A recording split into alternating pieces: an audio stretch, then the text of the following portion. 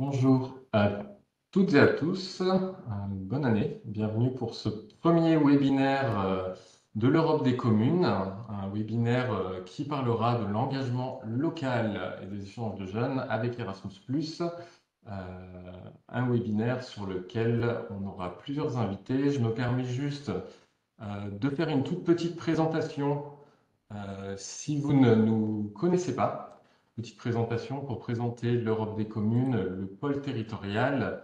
Euh, alors, vous pouvez retrouver nos différentes activités. On est un service de la Commission européenne en France à destination des collectivités territoriales et tout particulièrement des communes. On propose plusieurs types de ressources avec des événements, du contenu éditorial avec notamment notre newsletter. Vous pourrez retrouver le lien dans le chat à différents moments durant ce webinaire. On a aussi une page web dédiée sur le site de la représentation France de la Commission européenne, des webinaires bien entendu comme celui-ci auquel vous assistez, une programmation tout au long de l'année, on en reparlera en fin de webinaire et différentes activités. Aujourd'hui, l'objectif ce sera de pouvoir parler donc de ces questions de l'engagement local et des échanges de jeunes avec Erasmus+. On aura plusieurs invités pour cela. Je vous proposerai une toute petite mise en contexte de manière très rapide avec la perception de la Commission européenne. On aura ensuite, pour être véritablement dans le cœur du sujet, Jérémy Trémolière, qui est chef du pôle projet Erasmus+, à l'Agence du service civique, Agence Erasmus+, France Jeunesse et Sport, pour nous parler véritablement de ses actions avec Erasmus+. On évoquera ensuite une ouverture, puisque Erasmus+ n'est pas le seul programme qui permet ce type d'activité. Et on aura donc Christine Marateau, qui est responsable du point de contact national CERD, donc du programme Citoyen, Égalité, Droits et Valeurs, point de contact en France pour faire cette ouverture. Et rapidement, et je remercie Martina Massoli qui est présente et qui nous parlera d'un exemple de projet mené par Piste Solidaire en lien avec les collectivités. Il s'appelle Add Something Meaningful. Je le rappelle dès à présent, vous pouvez poser vos questions dans le chat. Euh, on essaiera d'y répondre sur une session à la fin de ce webinaire. On prendra un certain temps pour essayer de répondre à toutes les questions. Si vous ne trouvez pas la réponse à votre question, on s'efforcera de rediffuser au plus vite la FAQ que vous pourrez retrouver sur notre site, ainsi que les présentations ou les ressources pertinentes sur une page dédiée avec le replay du webinaire.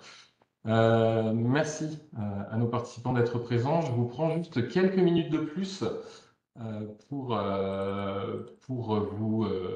vous parler un petit peu de cette dimension jeunesse pour l'Union européenne, puisque même si pour l'Union européenne c'est uniquement une compétence d'appui, c'est un enjeu de premier plan. Il y a d'ailleurs une stratégie de l'Union européenne en faveur de la jeunesse. On pense notamment aux questions d'égalité, d'inclusion, de santé mentale, ou bien entendu des actions assez concrètes comme la mobilité avec Erasmus+, bien entendu, on va encore en parler avec des aspects aussi locaux, mais aussi avec le Corps européen de solidarité ou Discovery EU qui prend en ampleur progressivement. On pense aussi à l'emploi avec notamment le Fonds social européen et Next Generation EU, le plan de relance. Rappelons les financements sur un jeune, une solution. Mais il y a aussi véritablement cette question de l'engagement, du dialogue qui est importante, comme le rappelait la présidente de la Commission européenne en amont de l'année européenne de la jeunesse. Les jeunes doivent pouvoir façonner l'avenir de l'Europe. À l'échelle de la Commission, ça se fait notamment avec ce qu'on appelle désormais les Youth Policy Dialogues, qui vont permettre des échanges avec le commissaire européen. Mais ce sont aussi ces dialogues, des choses qui se passent sur les territoires, partout dans l'Union européenne, et notamment en France, avec les collectivités ou avec les jeunes eux-mêmes. C'est ce dont on va parler. Et pour cela, je vais laisser directement la parole à Jérémy Trémolière pour nous parler de ça. Merci beaucoup. Bonjour à toutes et à tous. Merci beaucoup, Tanguy, pour l'opportunité de venir présenter les opportunités du programme Erasmus+, et plus particulièrement ceux qui s'adressent aux enjeux d'engagement de la jeunesse, notamment sur les aspects locaux. Je profite pour souhaiter une bonne année à tout le monde. Et à vous remercier pour l'invitation et c'est aussi très agréable de pouvoir faire une présentation commune avec Christine Mareto et le CERF pour présenter un panorama commun. Donc, moi, je suis Jérémy Trémolière, je suis le responsable du pôle Erasmus+ Jeunesse et Sport au sein de l'agence du service civique. Donc juste pour vous dire d'où je parle, donc on est intégré depuis 2016 au sein du groupement d'intérêt public, l'agence du service civique. Donc on est situé à Paris et donc l'agence du service civique porte le dispositif du service civique et deux programmes européens, donc le programme Erasmus+ dans ses volets jeunesse et sport et un dispositif qui s'appelle le Corps européen de solidarité qui permet notamment la mise en place de volontariat européen. Peut-être pour démarrer, l'idée c'était, aussi d'essayer de déconstruire un peu ce qu'il y a derrière, Erasmus+ et les images qu'on peut en avoir. Donc, dans les sondages et les approches qu'on a, des porteurs de projets, des candidats, mais aussi des collectivités, on a, souvent derrière Erasmus+ quelques idées préconçues avec l'idée que ça s'adresse qu'aux étudiants, qu'il faut avoir un niveau d'anglais très très important pour y prendre part, qu'on est très associé aux fonds structurels et que du coup il y a des enjeux de trésorerie très forts avec nos projets, ou qu'on va s'adresser que à des organisations et des collectivités notamment qui ont des tailles très importantes parce que les projets qu'on vient soutenir sont forcément très importants et très complexes. Derrière ça, l'idée c'est de vous dire qu'en fait Erasmus+, s'adresse à tout le monde, à tous les habitants et les citoyens de votre commune, mais également à tous les agents et tous les élus, donc dans les différents dispositifs que je vais présenter. Et garder ça en tête, c'est vraiment un programme qui est ouvert à tout le monde et dans une collectivité vraiment à toutes ses composantes. Que dans les modalités de candidature que j'essaierai de présenter un peu plus tard, il y a vraiment l'idée de pouvoir être accessible. Donc, vous pouvez rédiger une candidature en français. On a des programmes d'accompagnement aussi pour vous faire monter en compétences à la fois sur les dispositifs techniques, mais aussi sur les aspects linguistiques. Sur l'aspect financier, on a un programme qui préfinance beaucoup en fait. Je vous montrerai tout à l'heure un peu la timeline dans laquelle s'inscrit un projet. On est sur un préfinancement en général de 80% avant le démarrage du projet. Donc en principe, des organisations, alors des associations, mais aussi les collectivités peuvent s'engager dans des projets Erasmus+ sans avoir une trésorerie très très importante. Et on a des modalités de financement via des montants forfaitaires ou des montages financiers par des budgets un peu simplifiés qui normalement rendent le suivi budgétaire et financier des projets assez simple. Donc Erasmus+, qu'est-ce que c'est? De manière générale, c'est un programme qui s'adresse à toute la dimension éducative tout au long de la vie. Et le programme, il est découpé, si vous le regardez comme un objet, en différentes tranches qui correspondent à différents secteurs d'activité. On a la mobilité qui va s'adresser au champ scolaire, à l'enseignement supérieur, qui est un peu l'image qu'on a avec l'auberge espagnole. Il y a aussi l'enseignement professionnel et l'éducation des adultes. Tout ça, c'est des champs qui sont couverts par une autre agence, qui est l'agence Erasmus+ France Éducation Formation, qui est située à Bordeaux et qui gère ces éléments-là. Et il y a beaucoup de ces secteurs qui s'adressent également aux collectivités. Donc pareil, quand je parlerai de l'accompagnement tout à l'heure, l'idée c'est de venir vous proposer une offre de formation générale sur les opportunités pour les collectivités et les communes en particulier sur ces champs-là. Moi, je vais me concentrer vraiment sur le secteur de la jeunesse lors de cette présentation. Mais sachez qu'il y a aussi un volet sport qu'on gère de notre côté et qui s'adresse notamment à la mobilité des coachs sportifs. Donc comment localement des coachs qui sont inscrits des coachs ou des personnels administratifs peuvent bénéficier du programme Erasmus+ pour aller se former à l'étranger sur des pratiques. Et donc derrière le volet jeunesse du programme, ce dont on va parler, c'est en fait toutes les activités qui sont dédiées au développement des personnes qui prennent part aux activités dans un cadre d'éducation non formelle. Donc l'idée de l'éducation non formelle, c'est que c'est une activité dont on sait qu'on va tirer des apprentissages, mais qui n'est pas sanctionnée par un diplôme ou une certification qui est validée par l'extérieur. Donc très souvent, quand les activités qu'on vient appuyer se mettent en place pour les jeunes, ça va être des activités qui vont se passer en dehors du temps scolaire, pendant les vacances ou le soir ou les week-ends, quand les jeunes peuvent s'engager. Quand on parle de jeunes dans le cadre du volet jeunesse d'Erasmus+, on s'adresse pour les jeunes aux 13-30 ans, sans qu'il y ait d'entrée sur le niveau scolaire ou de qualification. Et pour les acteurs de jeunesse et les organisations qui peuvent prendre part à ces financements-là, On a beaucoup d'associations, 90% de nos bénéficiaires sont issus du tissu associatif, mais on est ouvert aux collectivités, aux établissements publics et à toute organisation qui s'inscrit dans une activité d'intérêt général à but non lucratif. Donc je pense à l'économie sociale et solidaire, par exemple. Donc les collectivités ont toute leur part dans le programme, à la fois comme porteurs de projets, comme relais d'information sur ces opportunités-là, et aussi bien sûr comme cofinanceurs dans leurs activités d'appui localement. L'idée, c'est toujours dans les projets qu'on va financer, l'acquisition de compétences via la rencontre avec l'autre, l'interculturalité, l'idée de développer un regard un peu critique sur sa pratique, venir s'inspirer de manières de fonctionner sur des sujets communs qui sont ailleurs, sur une approche aussi de public qui sont partagées. Donc, quand on va s'adresser à des organisations ou des collectivités qui travaillent avec la politique de la ville ou sur de la ruralité, c'est toujours intéressant d'aller voir d'autres collectivités qui sont dans ces situations-là dans d'autres pays et voir comment ils activent leur politique publique pour toucher ces jeunes de la manière la plus efficace possible. Et donc nous, on a vocation à venir favoriser l'expérience d'échange via de la mobilité et aussi à renforcer les partenariats et la capacité à travailler à l'international pour les organisations qu'on vient financer, donc encore une fois, associations et collectivités. Et donc, dans le cadre du volet jeunesse, ça se décline en deux types de financement, ce qu'on va appeler la mobilité dans l'action clé 1 et les partenariats dans l'action clé 2.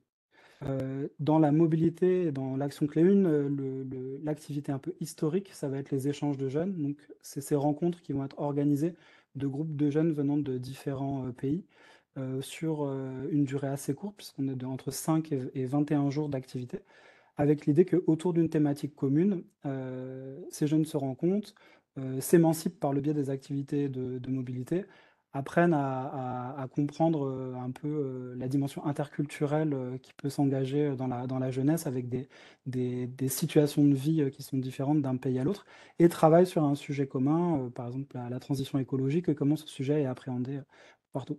C'est un outil très important, par exemple, dans le cadre des jumelages. Donc ça, c'est un sujet qu'on va réaborder après avec le CERF. Mais voilà, les échanges de jeunes, c'est un peu la modalité historique d'échange qu'on peut venir appuyer avec le volet jeunesse d'Erasmus+. Il y a deux autres options sur la mobilité des jeunes qui sont intégrées dans les mobilités sur lesquelles je vais revenir un peu plus en détail après, qui sont Discovery You Inclusion et les activités de participation sur lesquelles vraiment là je vais rentrer dans le détail. Et on a aussi dans la mobilité la possibilité de faire bouger les animateurs jeunesse et les professionnels et bénévoles qui travaillent sur ces sujets-là. Donc les élus et les techniciens dans vos collectivités qui travaillent dans la dimension jeunesse peuvent prendre part à des activités de mobilité et aller voir comment dans une collectivité partenaire, le service de jeunesse fonctionne, comment certaines activités sont menées, quelle communication est faite auprès de la population jeunes dans ces activités. Et donc, il y a la possibilité, par notre biais, de financer de la rencontre entre des acteurs de jeunesse. Sur les partenariats, on va être plus sur de la mise en commun de réflexion et d'outillage sur les pratiques. Et là, l'idée, c'est de proposer des financements qui sont graduels. Donc, selon votre expérience, selon l'ambition de votre projet, on va pouvoir financer sur des enveloppes budgétaires très variables, puisqu'on va de 30 000 euros à 400 000 euros. Et l'idée, c'est d'intégrer des partenaires dans ce travail d'expérimentation et d'expertise sur certains sujets et de faire ressortir à la fois des bonnes pratiques et des outils spécifiques là-dessus. Donc voilà un peu comment le programme s'organise, activités de mobilité d'un côté et partenariat de l'autre.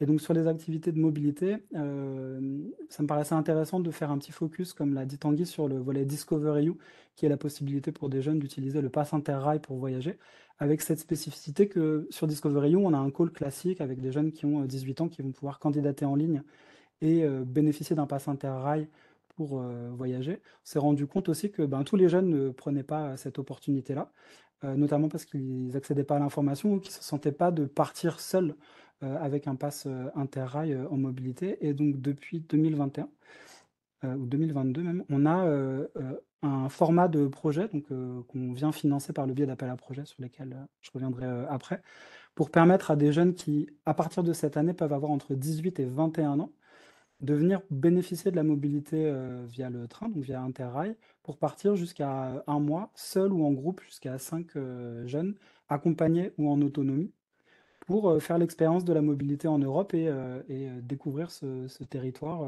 sous des angles assez variés. Et ce qui est un peu spécifique sur Discovery ou Inclusion, c'est que nous, on va venir financer l'accompagnement renforcé de ces jeunes-là, et on va aussi venir couvrir les frais liés à l'hébergement et la nourriture pendant la mobilité, ce qui n'est pas couvert dans le cadre de Discovery U classique. Donc, par exemple, il y a la mairie de Péage de Roussillon qui a déposé un projet qui a été financé en début d'année 2024, où l'idée c'était de proposer à 3 groupes de 5 jeunes des quartiers politiques de la ville qui sont dans la commune de travailler à une mobilité avec l'idée d'être sur une découverte culturelle et assez libre de l'Europe via des parcours qui ont été dessinés en utilisant le train pour passer d'un pays à l'autre avec voilà, ce groupe de jeunes qui travaillent sur la constitution de l'itinéraire et avec les animateurs du service de la ville à travailler à ce projet-là. Donc c'est une modalité assez libre dans l'exécution, qui est assez vertueuse puisqu'elle utilise le train. Donc en termes d'impact environnemental, on est sur une mobilité douce et qui est aussi une opportunité de découverte sans qu'il y ait un cadrage très très fort sur les activités qui sont présentes. Et ça peut être quelque chose de très léger en termes de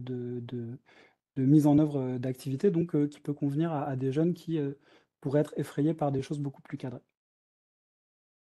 L'autre activité sur laquelle je voudrais vraiment faire un focus, c'est les activités de participation des jeunes avec derrière cette action l'idée de venir accompagner un groupe de jeunes, préconstitués ou pas, sur leur envie de réfléchir sur des sujets de politique publique qui les touchent, la santé, l'employabilité, les enjeux de transition, le sport dans la vie de tous les jours, voilà. Ces sujets-là qui peuvent être au cœur de la vie de la cité de venir partager leur expérience avec d'autres jeunes et un public plus large dans le cadre d'activités régulières.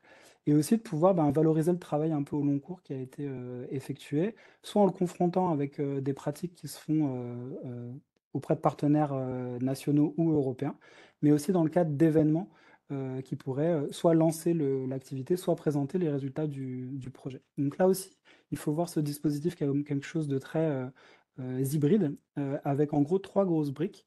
Nous, on va venir financer en partie les activités régulières du groupe, qui peuvent être des ateliers, ça peut être des consultations menées auprès des habitants de la ville ou du quartier, ça peut être des campagnes de sensibilisation sur des sujets qui sont le cœur de l'activité du groupe qui est accompagné, ou réfléchir à l'enjeu de démocratie et de participation de la jeunesse sur tout tout ce processus-là et son acculturation. Donc, ça peut être par le biais de jeux, par exemple, voir un peu comment les organisations nationales ou européennes fonctionnent.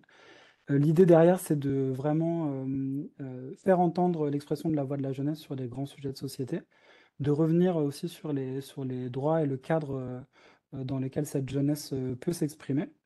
Et aussi, sujet d'actualité, de chercher à lutter contre la désinformation. Donc, d'avoir, par le biais des activités, vraiment réfléchir à comment, pour une prise de décision éclairée, on vient chercher l'information, quels sont les canaux qui permettent d'avoir une information vérifiée, tous les enjeux aussi de ce qui se passe en ligne. Et donc, dans cette entrée-là, on a vraiment une valorisation des projets qui viennent intégrer dans les projets portés cette dimension regard critique et développement de l'esprit critique et utilisation des outils numériques pour permettre la participation des jeunes.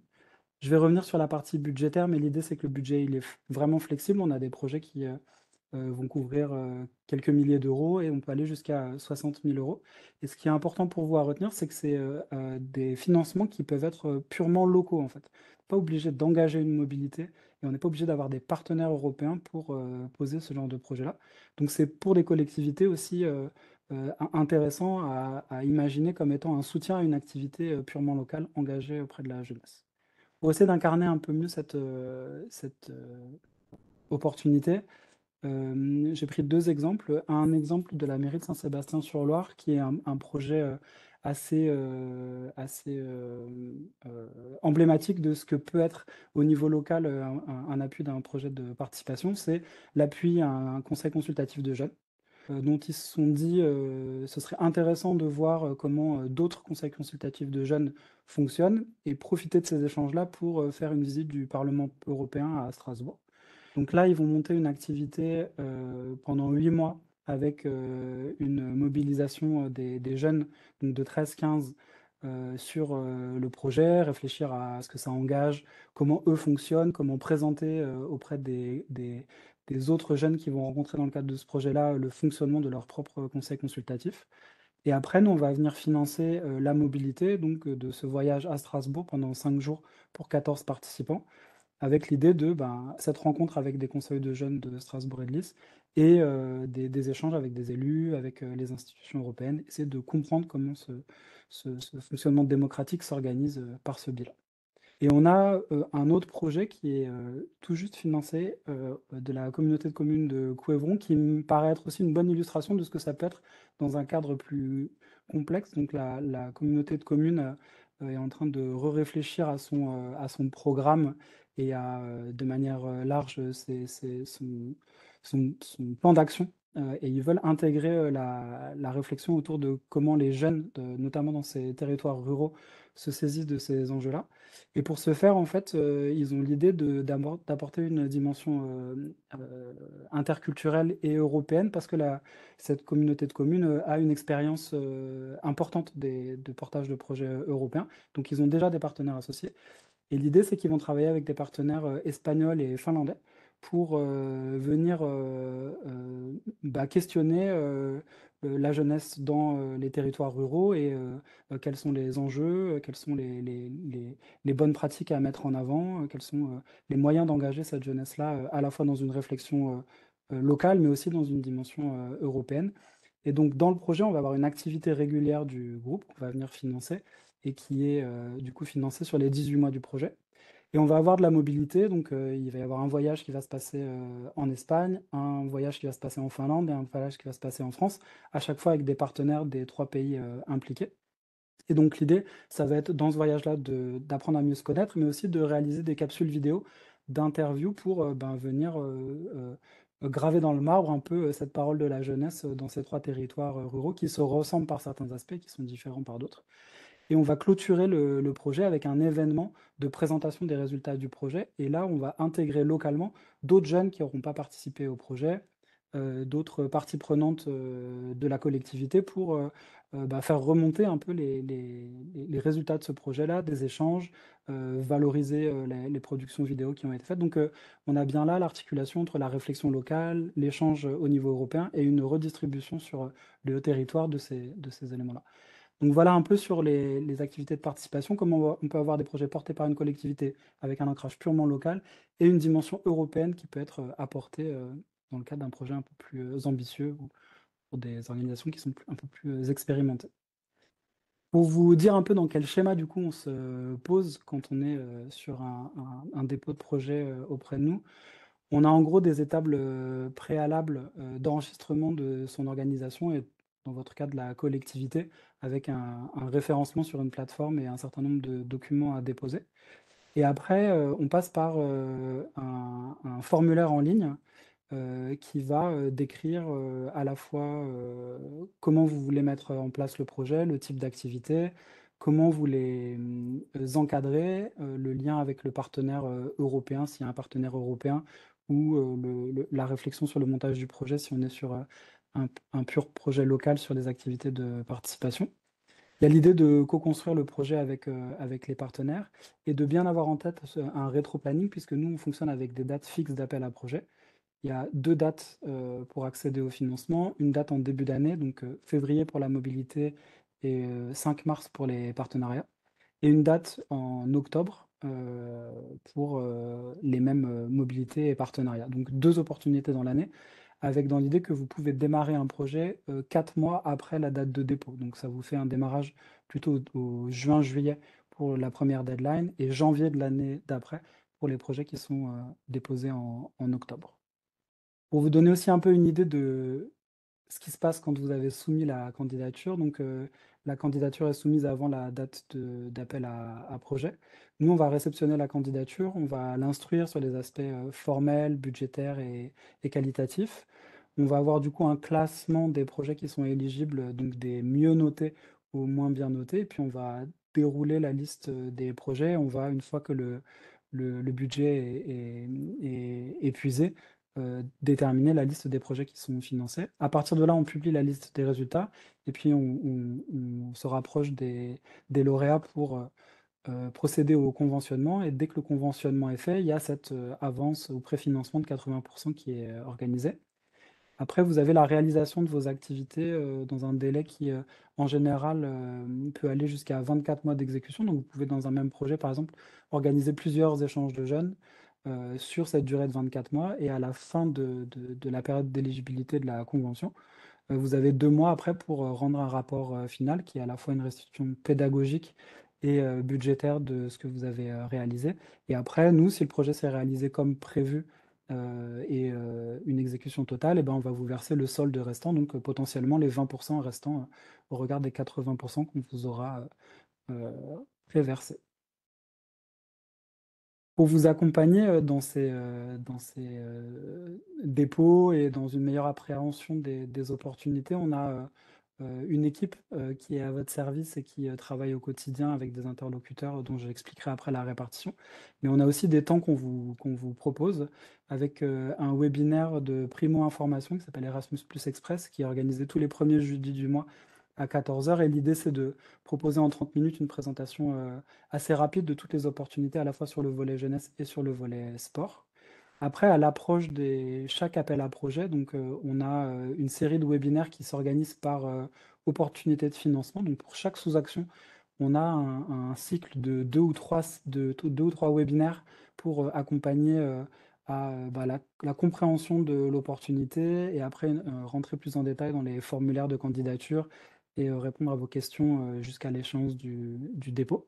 On a des formations qui sont organisées sur les territoires de manière assez régulière, en lien avec les référents Europe internationale jeunesse qui sont au sein des DRAJES, donc les délégations régionales académiques jeunesse et sport. Donc dans chacune des régions, il y a une personne de référence dans les services de l'État qui accompagne au déploiement des programmes, donc notamment Erasmus ou le Corps européen de solidarité, et qui met en place des formations sur lesquelles nous on vient en appui ou en co-construction. Donc vous avez aussi en proximité des opportunités de monter en compétences.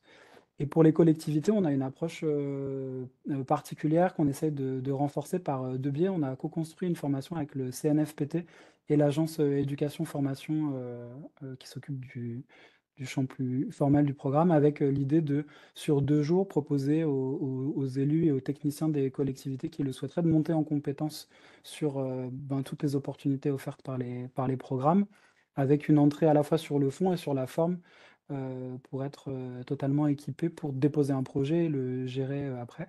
Et, ces formations se déclenchent en fonction des délégations du CNFPT. Donc, vous pouvez retrouver sur l'agenda du CNFPT et son catalogue ces opportunités-là.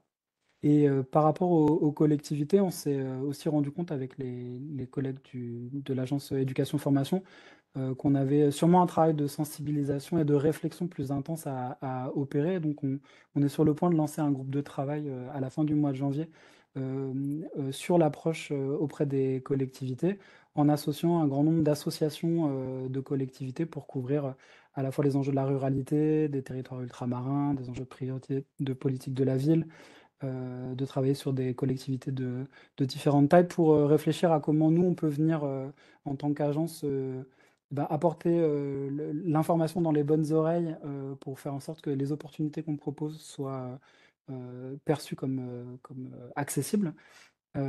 Travailler aussi à peut-être l'articulation entre les élus et les techniciens, comment nous, on peut apporter les bons supports pour rassurer les uns et les autres sur les opportunités qu'on représente. Et aussi voir sur ces axes un peu d'engagement territorial, donc les enjeux que je mentionnais sur la ruralité, les territoires politiques de la ville et les territoires ultramarins, une approche un peu plus ciblée pour voilà, venir appuyer ce déploiement-là. Donc, à l'issue de ce groupe de travail, il y aura probablement des sollicitations et des propositions soit de co-construction de sujets avec des collectivités, soit des questionnaires qui vous seront adressés. En tout cas, une interaction plus large avec les collectivités à prévoir pour les deux agences dans les prochaines semaines, prochains mois sur cette partie-là. Une autre, activité importante en termes d'appui au déploiement qu'on organise, c'est, une concertation avec d'autres agences européennes. Donc dans tous les pays du programme, il y a des agences, Erasmus+ et pour beaucoup, en fait, le travail avec les collectivités et notamment les municipalités, c'est un enjeu, important et donc on a une coopération, avec, un certain nombre d'autres, agences sur 2 partenariats, pérennes. Un qui s'appelle Democracy Reloading où l'idée c'est vraiment de travailler sur, la question de la participation des jeunes et toutes ces initiatives de sollicitation, notamment par le biais des conseils municipaux de jeunes, de la voix de la jeunesse dans la prise de décision ou dans la remontée des réflexions autour de la vie citoyenne. Et donc, un des apports de Democracy Reloading, c'est de proposer une boîte à outils, de beaucoup d'éléments qui permettent de adosser la mise en œuvre de ces dynamiques-là à, ben, des outils de facilitation ou des outils de réflexion sur les compétences acquises dans le cadre de ces projets-là, avec, ben, des regards croisés sur, des pratiques différentes dans différents pays. Donc, n'hésitez pas à aller regarder ça, puis on reste disponible pour, vous donner plus d'informations sur ces éléments-là. Et on a une autre coopération qui s'opère, plutôt autour de la qualification du travail de jeunesse et notamment au niveau municipal, ce que ça veut dire, dans les services jeunesse, quelles compétences, sont à développer, quels outils, on peut avoir. Il y a eu, dans les premières années du partenariat, l'idée de créer une charte européenne sur le travail de jeunesse, notamment à l'adresse des collectivités. Il y a aussi, des activités, qui sont menées pour, proposer des visites d'études, par exemple, aller voir, auprès d'une municipalité, dans le cadre de ce partenariat, comment elle fonctionne, des formations et des séminaires qui sont, vraiment sur cette entrée du travail de jeunesse et de l'accompagnement, à la fois des associations, mais des collectivités, un peu au quotidien dans leur pratique. Donc, de la même manière, n'hésitez pas à aller sur le site internet et puis, à revenir vers nous si vous avez des questions sur, comment utiliser ces ressources-là ou comment, y prendre part de manière, plus active. Peut-être un dernier point, aussi pour conclure, c'est, comment nous on vous accompagne et quelles ressources, on peut mettre, à disposition. Donc, normalement la présentation sera disponible, n'hésitez pas à la télécharger, il y a des petits liens cliquables qui arrivent derrière. Mais en gros, il y a une base, c'est le guide du programme. On a, à l'agence chaque année, un travail de, débroussaillage avec des fiches techniques qui s'adressent pour, chacune des opportunités pour, mettre un peu en lumière les aspects principaux et les enjeux, un peu d'éligibilité et de priorisation sur les entrées. Il y a, une base de données qui recense tous les projets, financés dans le cadre d'Erasmus+. Donc c'est, très intéressant pour, s'informer sur les projets qui, ont déjà eu lieu ou obtenu des financements pour, inspiration. Ça peut être aussi une bonne ressource pour aller chercher des partenaires, puisque vous avez le nom des partenaires qui sont, indiqués dans vos recherches. Donc, voilà, un peu une double entrée pour cette plateforme-là. On a des éléments très techniques pour, aider au dépôt, de demandes de financement, à la création un peu du portail administratif, qui permet d'enregistrer votre collectivité. Et après, on a, des offres de formation, qui peuvent être, proposées sur, une plateforme qui s'appelle Salto Youth. À la fois des formations, au niveau national, donc, en général, on a, pour chaque type de financement, une formation, au niveau national qui est proposée par an et des formations à l'international puisqu'on a des coopérations, qui sont ouvertes sur, plein de sous-actions ou, thématiques, qui sont proposées, sur la plateforme Salto Youth avec, une gratuité en fait d'accès. Donc c'est les agences nationales qui financent la participation. Donc là encore, n'hésitez pas à regarder, revenir vers nous pour, essayer d'avoir, plus d'informations si vous avez des questions sur ces opportunités-là. Mais c'est aussi une belle opportunité pour des agents d'une collectivité de découvrir ce que c'est que le cadre européen, Erasmus et de partir en confiance aussi avec certains partenaires que vous auriez identifiés par ce biais-là. Peut-être un dernier point, sur cette fiche-là, vous allez retrouver en haut à droite, près de la carte, les contacts de l'équipe. Donc nous, on est dans l'équipe répartie par sous-action et par, portefeuille régional. Donc vous avez toujours un interlocuteur, ou une interlocutrice dédiée. Et en bas, des entrées plus généralistes. Donc, sur toutes les questions jeunesse, on a une adresse, mail et pour le volet sport, on en a une autre. Donc, voilà, on est sollicitable, à volonté, et on répond, dans la mesure de nos moyens. Voilà. Un grand merci Jérémy pour cette présentation, pour toutes ces ressources qui sont extrêmement riches. Je vais pas prendre plus de temps puisque on a beaucoup de richesses avec le programme Erasmus+, on en a encore plus, puisque d'autres programmes peuvent aussi favoriser ces questions d'engagement local et d'échange de jeunesse. Et pour cela, ben, je propose de laisser la parole à Christine Marateux pour nous parler aussi des opportunités, des perspectives avec le programme CERV. Oui, merci Jérémy. Un grand merci déjà de nous faire intervenir, de compléter un petit peu les informations qu'on peut donner. Et je vais essayer de rebondir sur ce que disait Jérémy et ce que vous disiez aussi Tanguy sur le début de l'information. Donc sur le programme Serve, alors je n'ai pas pu partager par contre mon écran. Ah voilà.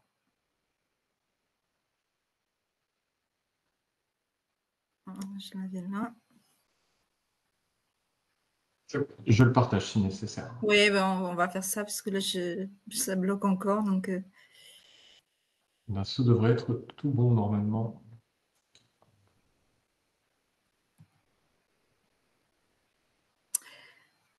ok, merci. Alors, donc sur le programme Serve, il y a déjà quelques similarités qui sont intéressantes à retenir parce que quand on vise un programme de financement européen, j'en parlais avec des porteurs de projets ce matin justement, il est vraiment important, bien sûr, de viser le bon financement, mais il peut y avoir aussi des passerelles, des ponts, et entre Erasmus et le CERV, il y en a un grand nombre. Dans ce que disait Jérémy tout de suite, notamment concernant les partenariats, on est sur des idées de complémentarité. Alors, on est moins sur le développement personnel, même si on est aussi sur l'acquisition de compétences, on est quand même un peu moins sur ces thématiques. Et la grosse différence, c'est qu'on est plutôt sur de l'intergénérationnel, même s'il y a des projets qui sont des projets plutôt sur les jeunes, hein, ça peut être le cas, mais il faut quand même une part d'intergénérationnel en tout cas.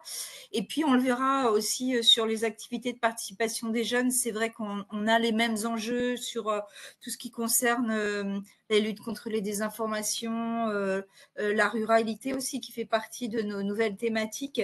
Et puis ensuite, évidemment, là aussi, la différence, c'est que contrairement à Erasmus sur la participation des jeunes et l'exemple qui a été donné, on est sur du transnational, c'est-à-dire qu'il est absolument nécessaire d'avoir un minimum de 2 pays et de 2 partenaires.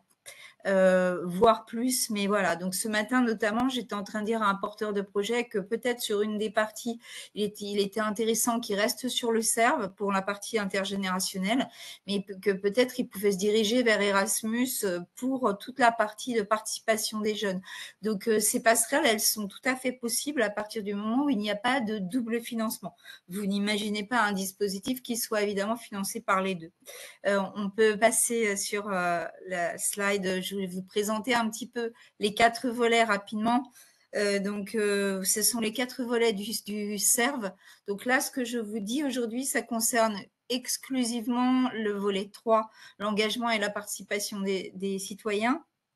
Mais vous avez sur les valeurs de l'Union, et là encore, on rejoint, je voyais là sur les activités de participation des jeunes qui étaient celles d'Erasmus, qui concernent les valeurs de l'Union, qui concernent les droits fondamentaux. Vous avez vraiment des appels à projets dédiés. Donc nous, on fonctionne vraiment par appel à projet. Vous pouvez retrouver tout sur notre site cervfr.org. Vous avez des tutoriels, vous avez on traduit l'ensemble des appels à projets de la commission. On vous met aussi le document qui va avec, c'est-à-dire le dossier de subvention.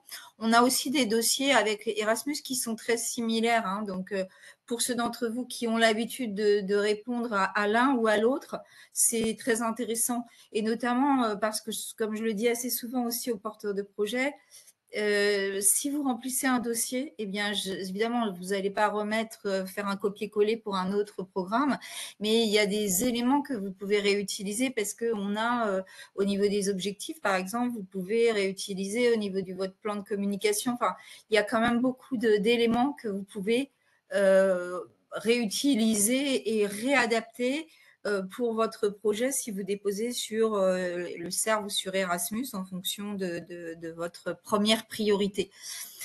Donc pour ça, évidemment, on est là, comme le disait Jérémy, pour vous informer et pour vous conseiller. Donc ce qu'on fait également. Donc là, vous voyez l'ensemble de nos volets qui sont aussi sur tout ce qui est lutte contre les discriminations. Le volet Daphné qui concerne les violences faites aux femmes et aux enfants. Ce qu'il faut savoir sur le programme SERF, c'est qu'il y a une grande porosité entre les volets. C'est-à-dire que si vous déposez sur le volet qu'on va voir tout de suite, ça ne vous empêche pas, évidemment, au contraire, de mentionner les thématiques qui se trouvent dans les volets 2 et 4. Et c'est même fortement encouragé puisqu'on est sur justement sur des valeurs aussi qui sont le respect des droits et des citoyens européens. On peut passer sur... Alors, sur la participation citoyenne qui est vraiment, on a choisi de vous faire un parallèle sur nos deux programmes pour que vous voyez un petit peu justement en quoi ça peut être complémentaire ou alternatif, c'est en fonction de votre projet. Donc, on est sur les défis des politiques de l'Europe. Donc, vous voyez, c'est quand même assez facile de rentrer dans ce genre de priorités qui sont quand même très larges. La lutte contre les désinformations fait partie vraiment intégrante des priorités de cette année et voire même, sont très encouragés. Après, vous avez la troisième priorité qui concerne l'engagement actif, la participation démocratique des citoyens. Donc, vous le voyez, on est vraiment exactement, je ne vais pas redire ce que Jérémy a dit tout à l'heure sur... c'est vraiment les mêmes points, à cette différence près qu'effectivement, on est sur des projets qui concernent plutôt de l'intergénérationnel. On peut peut-être passer sur l'autre slide, on verra aussi sur les conditions et sur les activités. On est sur un principe d'organisation à but non lucratif exclusivement. Il peut y avoir sur les activités de participation citoyenne et d'engagement, il peut y avoir des collectivités qui sont évidemment les bienvenues pour être partenaires. Et justement, ce matin, la personne que j'avais en ligne, je lui disais, ce serait bien. C'est une grosse association qui travaille sur tout ce qui concerne l'accessibilité de la citoyenneté pour les personnes en situation de handicap. Eh bien, dans ces cas-là, c'est bien justement d'y intégrer des collectivités parce que ça donne un ancrage local et c'est très important aussi dans la sélection des projets, c'est de démontrer que ce projet, il a bien sûr l'ADN, c'est ce que porte la structure associative qui est coordinatrice du projet, mais pour autant, il est important que dans les partenaires figurent aussi des collectivités parce que ça montre aussi l'impact que va avoir le projet au niveau d'un territoire. Et bien sûr, c'est la même chose au niveau des partenaires. Donc, vous le voyez, on est sur quelque chose d'assez similaire. Donc, c'est une subvention de 75 000 euros qui est minimum. Après, au niveau du maximum, il faut rester assez raisonnable, mais voilà, on est sur un préfinancement de 60%. Et l'idée est de vraiment permettre aux citoyens de mieux adhérer, d'avoir un meilleur sentiment d'appartenance à l'Union européenne et de pouvoir faire remonter aussi les opinions au niveau de l'Union européenne et d'alimenter la Commission européenne dans ses réflexions et dans sa politique en ayant un retour des citoyens. Et donc, vous voyez la date de clôture. On a actuellement un appel à projet et la date de clôture, ce sera le 29 avril. Voilà, on peut poursuivre. Donc, l'autre point, c'est un jumelage de villes. On vous fera passer également les fiches techniques. Donc, le jumelage de villes, c'est un peu l'échange de jeunes qui était mentionné tout à l'heure par Erasmus sur la mobilité des jeunes. Sauf que là, on est sur de l'intergénérationnel. Les conditions, elles sont un peu différentes. On est sur aussi des thématiques qui peuvent être beaucoup plus larges, sur à la fois des thématiques qui peuvent être sur la mémoire, mais qui peuvent être aussi autour des autres volets du programme, donc tout ce qui est violence faites aux femmes et aux enfants, lutte contre les discriminations. Vous avez un échelonnement en fonction du nombre de personnes qui se fait et n'hésitez pas, bien sûr, de toute façon, on va faire très prochainement avec nos collègues d'Erasmus justement un webinaire qui concernera le jumelage de villes et sur lesquels on pourra justement vous donner un éclairage plus précis. On vous permettra aussi d'avoir accès justement à une information concernant les possibilités qu'offrent les autres programmes. On peut passer sur une autre slide. Et enfin, donc, le dernier point qui concerne protéger et promouvoir les droits des enfants, qui fait aussi partie de notre volet 3, mais qui est sur le plan budgétaire, qui se construit un petit peu différemment. Mais qui là aussi est en résonance avec ce qui constitue les priorités d'Erasmus, et savoir les droits de l'enfant à l'ère du numérique.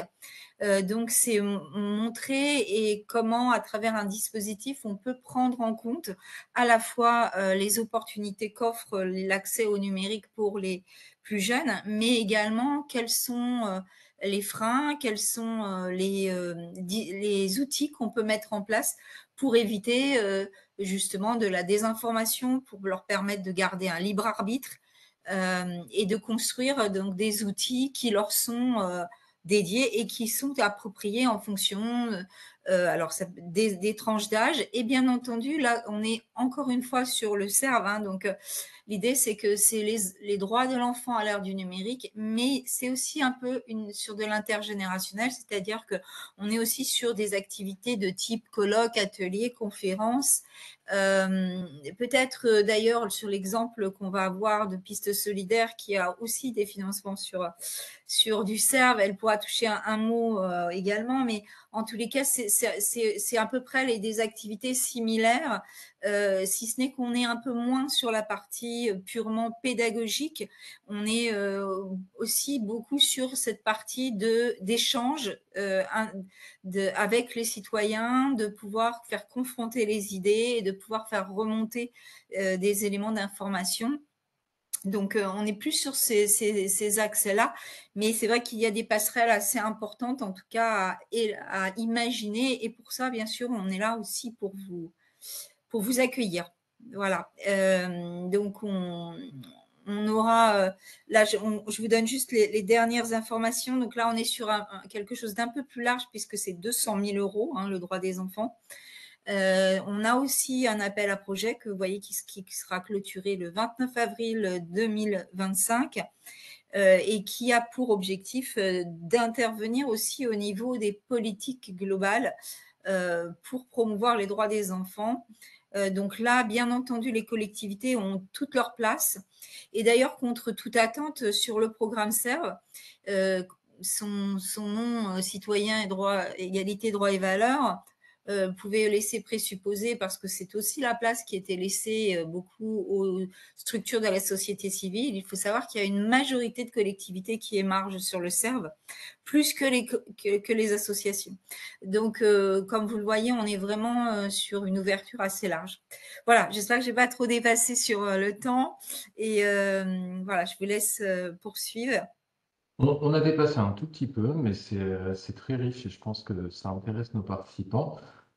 Et justement, pour faire le lien entre ces deux volets, je vous propose de laisser la parole dès à présent à Martina pour nous parler d'un projet assez concret sur ces thématiques qu'on évoque aujourd'hui.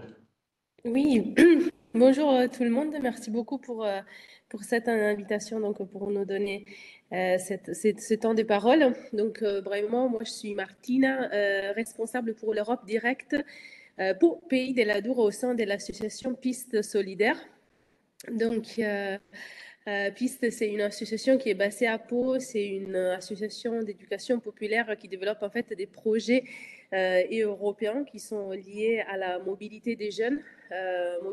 Donc tout ce dont Jérémy a parlé tout à l'heure, que ce soit corps européen de solidarité, échange de jeunes, donc ou formation aussi des travailleurs jeunesse ou d'autres types d'acteurs. Ce sont des projets qui font partie de notre quotidien.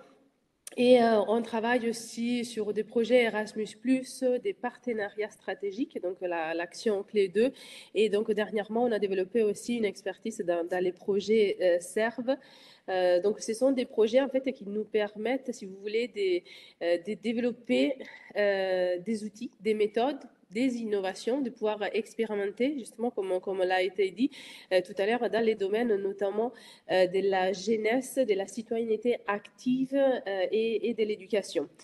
Et donc, plus précisément aujourd'hui, moi, je voulais vous parler d'un tout petit projet dont on est partenaire en ce moment, mais tout simplement parce que quand j'ai vu les titres du webinaire, Erasmus+, engagement, jeunesse, je m'ai dit en fait que ce projet regroupe un peu tous les mots-clés qu'on a nommés lors de ces webinaires, et aussi parce que c'est un projet quand même qui a permis de développer des outils qui peuvent être mis à disposition des communes, des mairies, des services jeunesse des communes pour pouvoir après imaginer aussi une implémentation, comme on dit en jargon des projets, donc une mise en œuvre, une mise en place de certaines actions aussi au sein de vos communes. Donc, c'est un projet européen, hein, donc on utilise un peu souvent les titres européens, add something meaningful, donc c'est ajouter quelque chose qui a du sens. Comme je vous disais tout à l'heure, c'est un projet Erasmus+, donc l'action clé 2, donc partenariat stratégique. On est 4 partenaires, donc 4 pays différents. Donc, c'est un projet qui se met en œuvre en simultané aussi en Finlande, Italie et Slovénie. Et l'objectif de ce projet, c'est celui de pouvoir donner aux communes, aux mairies, des outils, des cadres, des méthodes pour pouvoir encourager la participation civique et démocratique de leurs jeunes. Vous avez peut-être, vous savez, enfin, quand on travaille avec les jeunes, aujourd'hui, on nous dit effectivement que la plupart du temps, ils perdent un peu l'espoir dans ceux qui les représentent parce qu'ils ont l'impression de ne pas être écoutés.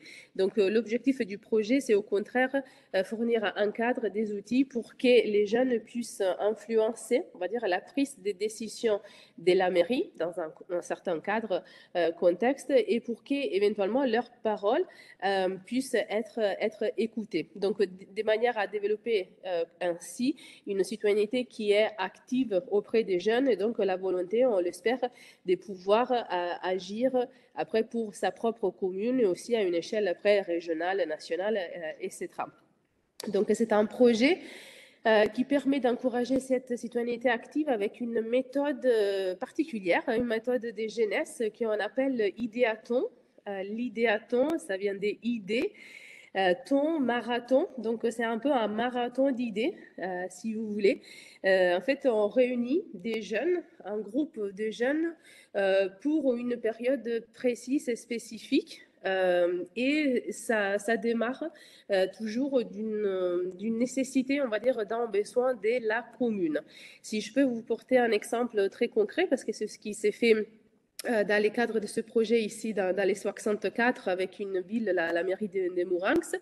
La ville de Mourenx avait un city-stade qui n'était plus utilisé, et donc ils voulaient essayer de faire quelque chose pour rendre ce lieu déjà utilisable et surtout aussi plus inclusif et ouvert à tout le monde. Et donc, la mairie a testé cette méthode, accompagnée par notre association. La méthode prévoit plusieurs étapes. Je ne vais pas forcément vous les détailler toutes, mais l'idée, c'est de pouvoir impliquer les jeunes et faire en manière que ce soit eux qui donnent des idées sur comment, par exemple, rendre plus inclusif ce city-stade. Donc, il y a sûrement plusieurs idées au début. On arrive par toute une série des méthodes, procédures, etc., à identifier 2-3 idées qui pourraient être des idées plausibles. Et à ce moment-là, les idées passent par ce qui est appelé un comité de faisabilité. Donc, un comité de faisabilité qui permet effectivement d'identifier si l'action qui est proposée par les jeunes, l'idée qui est proposée par les jeunes est vraiment réalisable ou pas. Et du moment où elle l'est, eh bien alors il y a un véritable engagement, on va dire, de part de la mairie pour pouvoir mettre en œuvre l'idée qui a gagné cet idéaton. Donc voilà, très brièvement, c'est une méthode, nous on l'a testée l'année dernière, ici à Mourenx, voilà, avec la ville de Mourenx. On prévoit aussi d'autres implémentations, d'autres mises en œuvre d'ici la fin avril 2025 avec trois autres mairies. Dans les cadres de ce projet, très particulièrement, il y a un petit budget qui est à disposition de la mairie.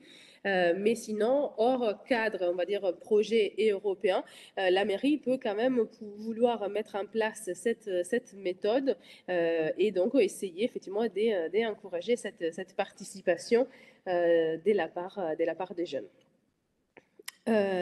Voilà, donc ça c'est un peu l'idée. Après, on pourra sûrement vous mettre à disposition une vidéo qui représente, qui raconte davantage cette expérience qui s'est passée ici dans les 64.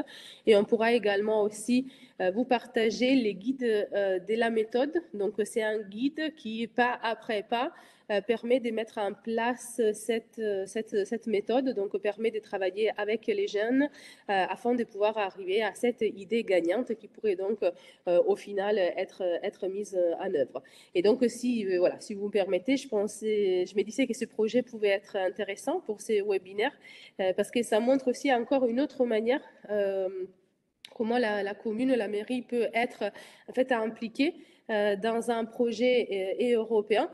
Parfois, ça peut passer aussi par le partenariat local avec une association qui serait déjà partenaire et ou coordinatrice dans un projet Erasmus+, et qui a par contre les ressources, les méthodes et les outils pour pouvoir mettre en place des choses et des idées. Merci beaucoup, Martina. Et effectivement, c'est un beau projet qui montre aussi ce lien qu'il peut y avoir entre les collectivités territoriales et les structures qu'on a sur les territoires. J'ai vu qu'on a d'autres témoignages aussi, justement, du lien qu'il peut y avoir avec des centres Europe Direct un peu partout en France. Donc, c'est toujours un plaisir que de pouvoir illustrer ça. Sans plus attendre, je vous propose de passer aux questions. On en a eu un certain nombre dans le chat. Je vais essayer de... on dépassera un peu, mais on essaiera d'en prendre autant que possible. Je vais commencer par des questions assez concrètes. On avait une question qui était destinée à Jérémy concernant les projets Erasmus. Est-ce que les petites communes, par exemple celles de moins de 2000 habitants, peuvent candidater elles aussi? Oui, le programme est ouvert à tout type de communes. Les plus petites peuvent candidater, pas de problème. Juste qu'il y ait les ressources en interne pour suivre le projet, mais il n'y a pas de contraintes formelles par rapport à ça. C'est justement sur d'autres types d'acteurs qui pourraient candidater. On a eu une question dans le chat, on en avait une en amont. Est-ce que l'organisme qui dépose le projet doit avoir une identité juridique ou est-ce que ça peut être aussi un groupe de personnes? Et dans le cas échéant, est-ce qu'il y a un financement, est-ce qu'il existe un financement Erasmus+, où il n'y a pas besoin d'avoir une identité juridique pour candidater à l'appel? Alors, il faut toujours qu'on ait une personne de référence. Donc, certaines sous-actions, type échange de jeunes et activités de participation des jeunes, par exemple, sont ouverts au groupe informel de jeunes, ce qui nécessite quand même qu'il y ait un jeune majeur qui porte le projet au nom du groupe informel.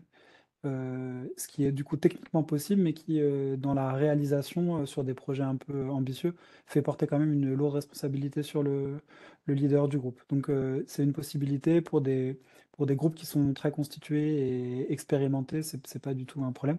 Pour des jeunes qui seraient moins expérimentés, il faut du coup articuler avec la taille du projet, son ambition et ce portage financier qui repose sur le représentant du groupe. D'accord, merci beaucoup. Une question aussi pour Christine Marateau concernant le CERV. Est-ce que vous pouvez rappeler la date et l'horaire du futur webinaire dédié au jumelage? Alors, le jumelage, alors là, je ne l'ai pas directement en tête, mais alors, je ne suis pas sûre qu'on l'ait exactement fixé. Il faut aller voir directement sur notre site cervfr.org où vous avez toutes les dates d'afficher sur nos webinaires et sur aussi les autres réunions qui peuvent exister. Parce qu'on a parfois des réunions aussi en région. D'accord. De toute manière, encore une fois, tous les liens, ressources seront disponibles sur notre site et donc le contact vers vous sera facilité. Une question qui a été posée concernant le programme Erasmus+, mais qui avait en amont été posée concernant l'ensemble des dispositifs. Pour les activités des activités qui auraient déjà eu une édition, est-ce que le renouvellement peut être éventuellement financé par des programmes européens? Et les fonds pour des activités de participation de jeunes peuvent-ils financer des activités déjà existantes ou est-ce que ça doit être la création d'une nouvelle activité? Donc deux questions qui se rejoignent qui, je pense, peuvent avoir une réponse intéressante par vous deux. Alors, nous, on va quand même avoir une notion de projet qui est sous-jacente au financement qu'on va proposer. Donc, on n'est pas sur du financement de fonctionnement. Donc, c'est sûr que l'activité régulière d'une structure sur ce volet-là ne serait pas possible. Par contre, on peut tout à fait venir financer régulièrement des initiatives qui sont portées typiquement par les conseils de jeunes avec une saisonnalité, une thématique différente. Chaque groupe de jeunes qui rentre dans le conseil vient apporter un peu cette nouveauté, c'est une nouvelle expérience en fait. Donc quand il y a ce renouvellement-là, c'est pas du tout un problème. Par contre, on ne peut pas financer d'activités qui ont démarré avant le projet. Et on est quand même sur une idée qui est un début et une fin, quoi. Même s'il y a des perspectives et des lignes directrices qui sont données après le projet, il faut quand même qu'il y ait une certaine continuité dans l'activité qui est proposée dans le projet. Sur la temporalité, justement, c'était l'une des dernières questions qu'on nous ait posées pour les projets Erasmus+, échange de jeunes. Est-ce que vous pouvez préciser le calendrier, par exemple, pour un dépôt le 12 février, à quelle date peuvent débuter les projets? Donc, pour un dépôt en février, on va pouvoir démarrer les activités en juin. Et ces activités-là, on peut les inscrire dans un calendrier qui peut aller jusqu'à 24 mois. Donc en fait, dans une demande de financement, on peut couvrir jusqu'à 24 mois d'activité, donc en gros de juin à juin, par exemple, 2024, 2025, 2027. Et à l'intérieur de ça, on peut imaginer plusieurs sessions d'échange sur les 2 années pendant les étés. Donc il n'y a pas de limite dans le nombre d'échanges qu'on peut organiser dans une demande de financement. Tout comme il n'y a pas de limite sur la mobilité des acteurs de jeunesse. Il va juste y avoir une limite sur les activités de participation avec ces 60 000 euros maximum.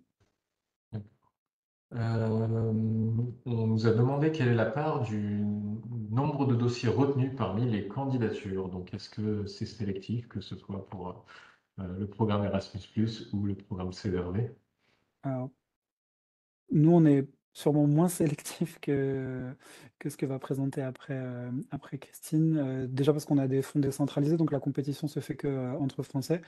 Et en gros, on va être à peu près à 60% d'accès au financement. Ça va varier selon les activités qui sont proposées.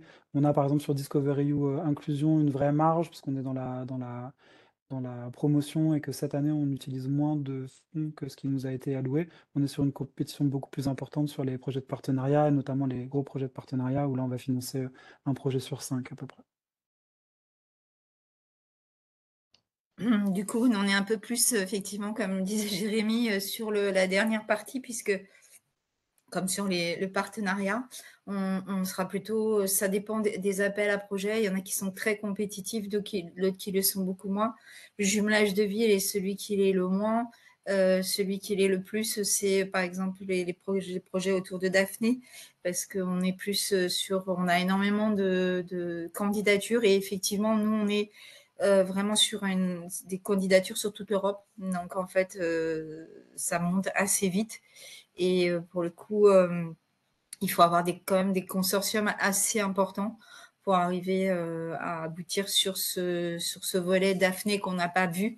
Mais sur ce qu'on a vu aujourd'hui, ce sont les volets les plus accessibles. Et cette année, et surtout, on a doublé l'enveloppe budgétaire pour la participation citoyenne. Et donc, c'est vraiment, je pense qu'il y aura quand même plus de projets sélectionnés, ce qui est pour nous vraiment une bonne nouvelle, effectivement. On a eu une autre question qui a déjà partiellement trouvé ma réponse dans le chat, mais des financements spécifiques sont-ils prévus pour les jeunes dits démunis ou défavorisés? Il y a peut-être l'occasion de rappeler juste un petit peu les mots-clés des dispositifs qui peuvent concerner ces activités. Ouais. Peut-être sur le volet Erasmus, on parle de jeunes ayant moins d'opportunités. Et en fait, on a On a des financements complémentaires, oui, qui sont disponibles pour venir adosser l'accompagnement renforcé qu'on présuppose, puisque ces jeunes font face à des obstacles, et pour les engager dans des projets de mobilité, on va avoir un travail supplémentaire des collectivités qui les accompagnent ou des associations.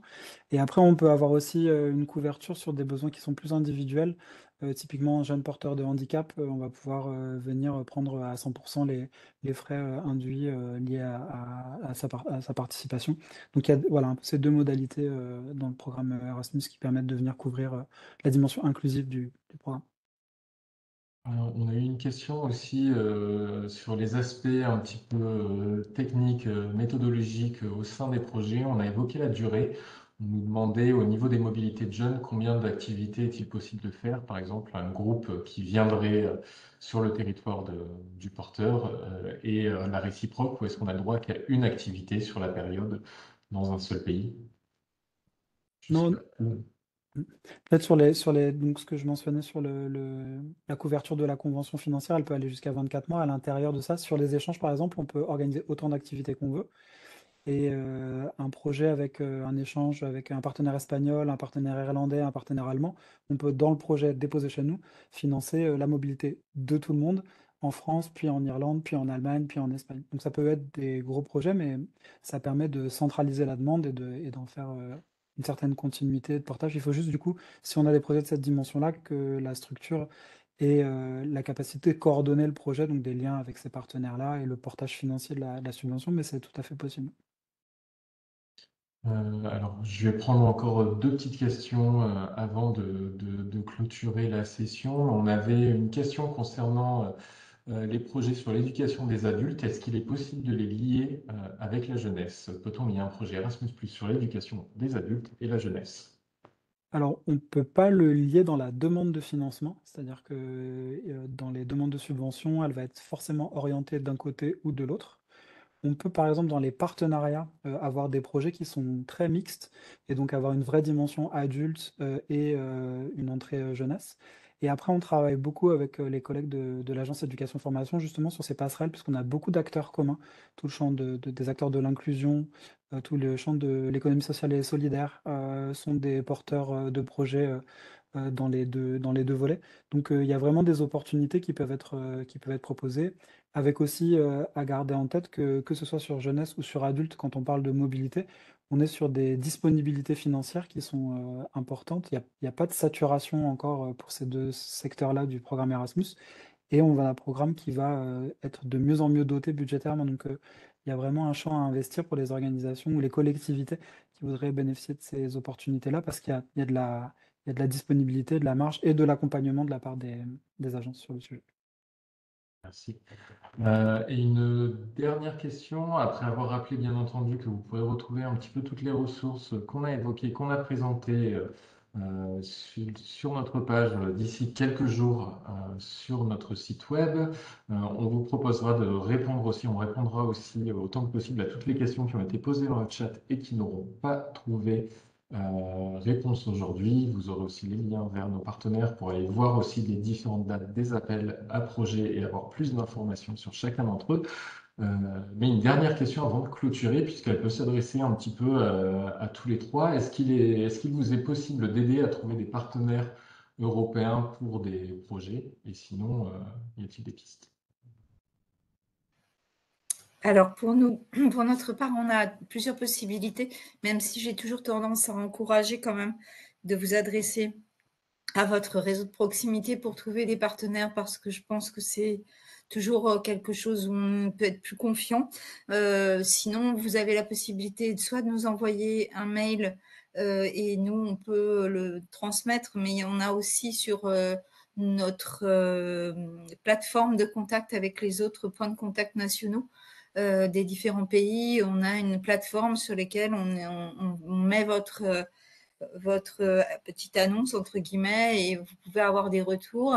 Après, il y a, entre guillemets, le site plus anonyme de la commission Funding and Tenders, où vous pouvez également le positionner sur la plateforme de la commission sur les demandes de partenariat, puisque de recherche de partenaires. Bon, après, là, vous pouvez tomber sur un peu tout le monde. Hein. Voilà. Jérémy, une préconisation de votre côté? Ben, peut-être un peu la même chose, c'est-à-dire que cette plateforme des résultats Erasmus+, c'est une bonne base pour aller donc il y a un moteur de recherche, donc on peut rechercher par mots-clés avec des objets similaires aux projets qu'on a en tête, regarder ce qui a été financé et voir les projets financés et les partenaires qui sont indiqués. En général, les gens sont assez contents de parler des projets qu'ils ont réalisés, donc c'est une approche qui est assez vertueuse. Il y a une plateforme aussi en ligne sur le site Salto Youth sur la recherche de partenaires, mais comme le disait Christine, on n'a pas de filtre, on ne fait pas de modération sur cette partie-là. Donc c'est une option technique, mais c'est peut-être pas celle que j'encouragerais le plus. Et la dernière proposition, c'est de participer aux formations qui sont mises en place par les différentes agences à l'international. Donc c'est une belle entrée pour rencontrer des nouveaux partenaires et puis avoir un contact réel avec eux. C'est toujours plus facile après de s'engager dans la coopération hein, quand on s'est vraiment vu. Et si je peux ajouter un dernier mot, les réseaux des Europe Direct peut être aussi éventuellement relais là-dessus.